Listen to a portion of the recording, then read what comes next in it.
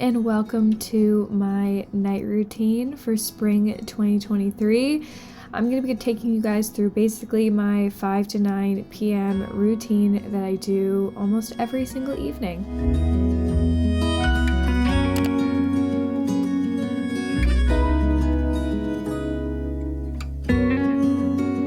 Once I'm back in from walking Millie, I usually get started on my dinner. I have come to absolutely love cooking, something that totally changed once I moved out on my own. I just love the whole process. I find it super relaxing, and I love making meals for myself and also making meals for loved ones. It just feels like a way of giving myself some self-love by making a really yummy meal. So for tonight, I was making a salmon pasta dish. The prep was super easy. You basically just need lemon zest, lemon juice, and some cherry tomatoes, and then I'm just seasoning the salmon with Italian seasoning, salt, and pepper. And make sure that you season both sides as we're going to sear the salmon to cook it.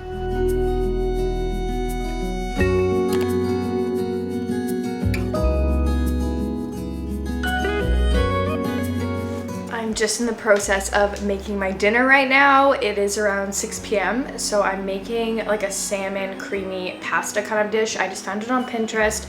I go on Pinterest all the time just to find random recipes. Sometimes I'll just search like in whatever meat or protein I have, like salmon, and I'll decide, okay, do I just want like a salmon recipe? Do I want like a salmon pasta recipe, which is what I did tonight? And also the Leafs playoff games tonight, so I think I'm gonna be watching that, which will be really nice. Good way to spend my evening, though I don't have it on the television. I'll have to watch on my iPad, which is a little bit anticlimactic. For this dish, you can use any pasta that you want. I chose to use penne, and then we're just going to sear the salmon on both sides before we set it aside and get started on the sauce. The sauce was super simple as well. It basically was like a cream base. Then I just added in the tomatoes and some extra seasoning. Then you just mix it all together, and it turned out so good. There's just such a good feeling about cooking yourself a homemade meal. Just makes it taste 10 times better.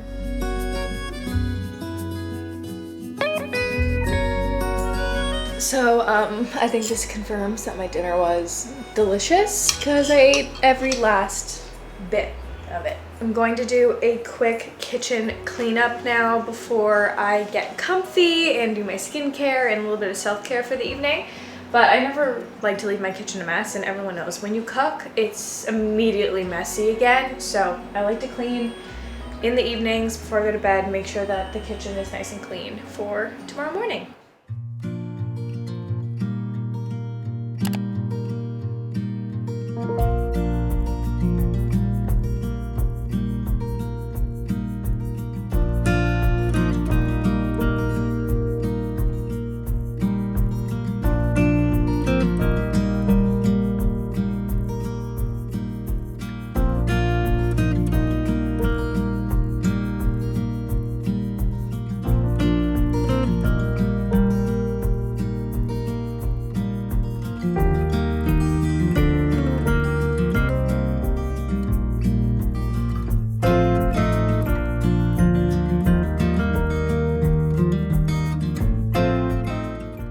Now it's time for my favorite part of my night routine, my skincare. I have been dealing with some acne recently. I believe it's hormonal. If you have been following me for a while, you would know that I went on Accutane about 2 years ago, and it cleared my skin, but sadly I have started breaking out again. It's definitely not as bad as it was, but I still have breakouts. So we are dealing with that currently, and I've just kind of created a really simple routine. So as you saw, I double cleansed using an oil cleanser from Caudalie, and then I go in with a gel creamy kind of cleanser from Cetaphil. It's the Gentle Cleanser. I love this duo together. It leaves my skin feeling super clean, but it's also very gentle and non-stripping. Then I go in with my Retin A. This is a prescription strength, and I use an eye cream as well. This one's from IS Clinical. So I always apply the eye cream first underneath my eyes. This just kind of protects that area from getting too dry from the retinol cream, which of course we don't want. So I apply this all underneath my under eyes. Then I'll take a pea-sized amount of my Retin A, and I just dab this around my face and blend it in. I do believe that it's starting to help again, and I'm going to keep sticking with my Retin A to see how it works for my acne.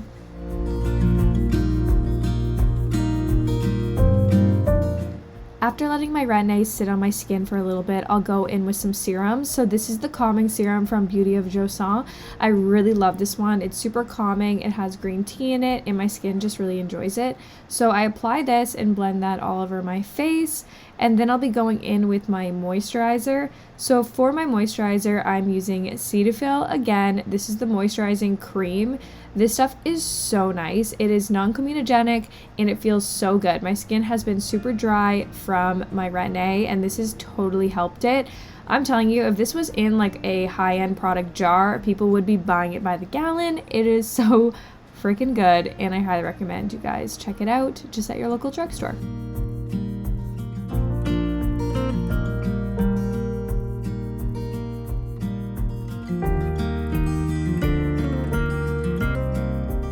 I'm officially in my pajamas and I'm about to make myself a spearmint tea, watch some more of the Leaf game before I go to bed. It's only 8:20 right now. I get asked a lot how I wake up really early in the morning. I, at this point, naturally wake up at around 6:30 in the morning. And my tip is go to bed early. When you start the cycle of getting up early, you naturally will get tired earlier, you'll go to bed earlier, and then you wake up earlier. I typically am asleep between 9:30 and 10 p.m. So I end up sleeping around like 7-8 hours a night, which is good for me. I always feel really good with that. Oh my god, that just spilled. Really smooth, Chelsea. I just get in bed super early and read in bed, which we will get to in a bit, but that's one of my tips. And I also like to just have my little night routine that sets the mood for going to sleep.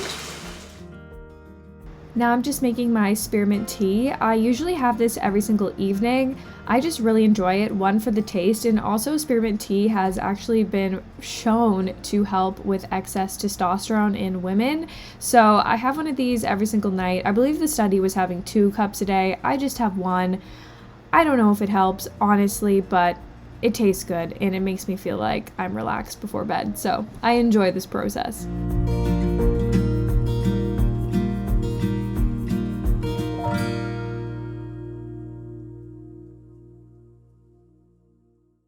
And then before I go to bed, I always kind of put my hair in a braid. I've been doing this recently, but I just feel like it helps prevent my hair from getting too knotted or breaking or anything like that in my sleep. And also, if you have long hair, this is just way more enjoyable to sleep like this. I hate having my hair everywhere when I'm sleeping. I just want to contain it in a braid. It makes me feel so much better.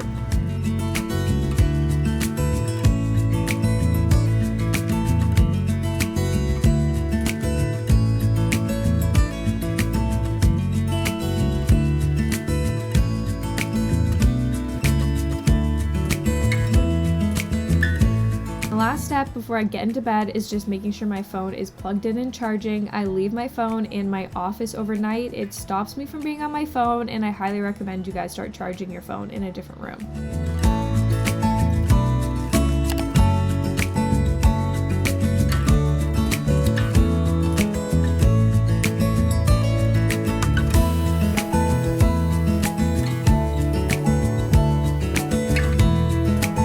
Guys, I am officially in bed now, but I'm not going to bed just yet. So another thing that I make sure to do is take my magnesium. I take this every single night, or try to at least. This is magnesium by Glycinate 200 Gentle. I like magnesium for helping me sleep and just get better sleep, so I just take 1. I keep it beside my bed so that I don't forget to take it, because if it's not there, I forget. So I just leave that there, take 1.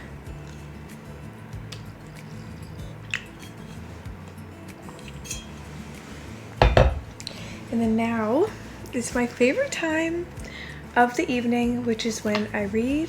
I'm currently reading The Ashes in the Star-Cursed King, which is the second book in the Nightborn Duet series by Carissa Broadbent. Really good so far. I am 48% way through, which is already 315 pages. This is a super long book. I think it must be around 700 pages probably. So I have a lot more to go still, but it's really good and I just really enjoy reading it before bed.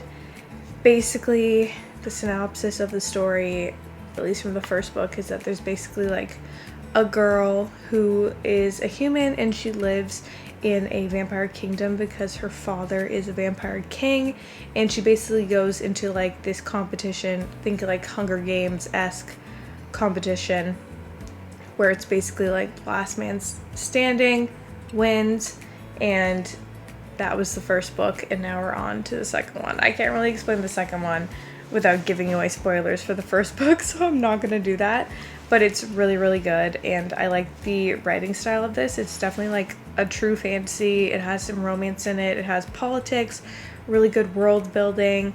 It has like action with like fighting scenes and a really strong female lead character, but all the characters have like a lot of depth to them as well, which I really enjoy. So I highly recommend picking this one up in paper or on a Kindle. I'm currently reading on my Kindle more just because I don't have a lot of room for more books, so I've been trying to just buy them on here to save myself some room. And honestly, if it's like a really long book, I feel like I read way faster on a Kindle. It's my last step in my routine. I usually read for 30 minutes to an hour before I go to bed officially, and I just love it. I feel like it really helps me get a good sleep and keeps me off my phone, which is why I also keep my phone charging in another room when I go to bed, so I have no temptation to scroll or be on my phone before bed. It's my last step and I'm gonna go to bed. I hope that you guys enjoyed today's little video, a little glimpse into my night routine from 5 until basically 9. And I hope you guys enjoyed it. This was actually filmed on a Saturday, so it was a little bit more low-key, but I still go to bed early on Saturdays because your girl is, you know, I'm at that age now. I literally hate staying up late. I love you guys so much. Guys, take any of these habits and put them into your night routine. Let me know, and I will see you all in my next video. Bye. Say bye, Bun. She says bye. She's about to crawl underneath the bed and go to sleep. Oh, okay. We're laying in bed with mommy. Okay. You're giving me very mixed signals here.